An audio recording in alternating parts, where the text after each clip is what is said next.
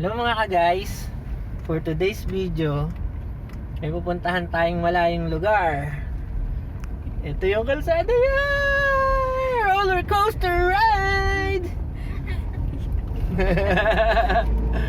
Sarap. So puro kapunuan. May nagtitinda ng mga avocado dyan sa kanan, no? Tsaka santol, mangga, tsaka Indian mango. Ano ba yan? Sa kalsada ko lang naka-video.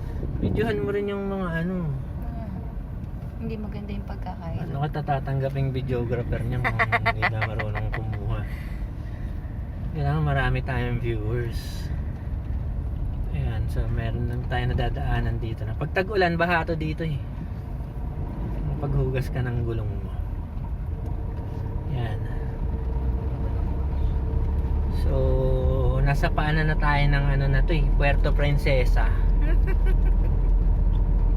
Santo Cristo na alagay. Ay, Santo Cristo ba? Nabasa ba? Tapos dito kami bumibili ng rambutan pag panahon ng rambutan. Pero sa ngayon, hindi panahon ng rambutan. Kaya hindi kami bumibili ng rambutan dito. Pero pag panahon na, bibili kami dito ng rambutan. Sarap. Medyo maasim-asim. Ayan, sa kanan may mais. Laga natin. Maliit. Dati hindi mo ginagano. Mas maganda yung Hindi nyo nakita kanina, mayroong mais dun sa kaldero nila, ano. Kahit ako, amoy na amoy. Oo. Kitang-kita. Hindi nyo hiningi. Makahiya naman. chocolate niya, hindi ka naiya. Yung chocolate nga eh, nakabanga naman. So ayan, di ba? Puro kagubatan. Kaya lang ako ni mama.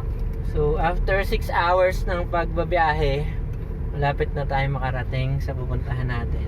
6 hours. Eh kaya lang, naiwanan namin yung tent. So babalikan muna namin sa bahay. Tapos babiyahe na lang ulit kami pabalik. Ay, yung cute ng mangga, oh. Saan? Ay, dali ko na may mangga.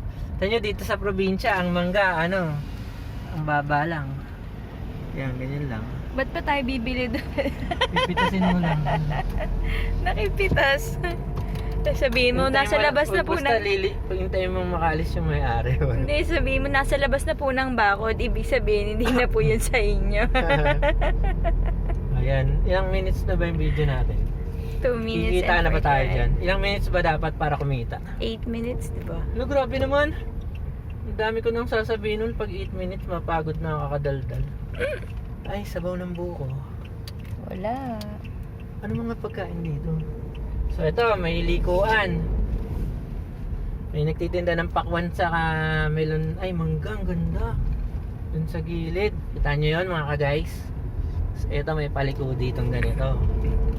Yan. Ang curly.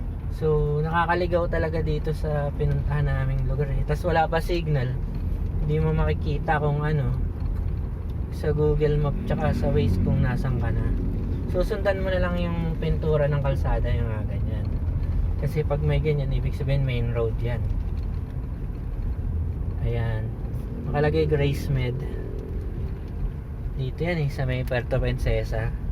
May Grace Med dito sa Puerto Princesa. Ayan. So yan yung mga lokal, no? Naglalakad sila dito. Lokal? Lokal ng Puerto Princesa.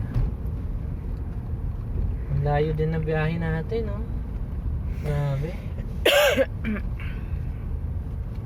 Kahit saan talaga may 7-Eleven. Kahit sa Puerto Princesa may 7-Eleven. San Jose. Ano ibig sabihin ng San Jose? Siguro San Jose yan. Natanggal yung E. Okay. Dito na tayo sa may bandera. Yun lang muna for today's video. Bye. Bukas tuturuan kayo mag-gisa ng corned beef. Abangan nyo.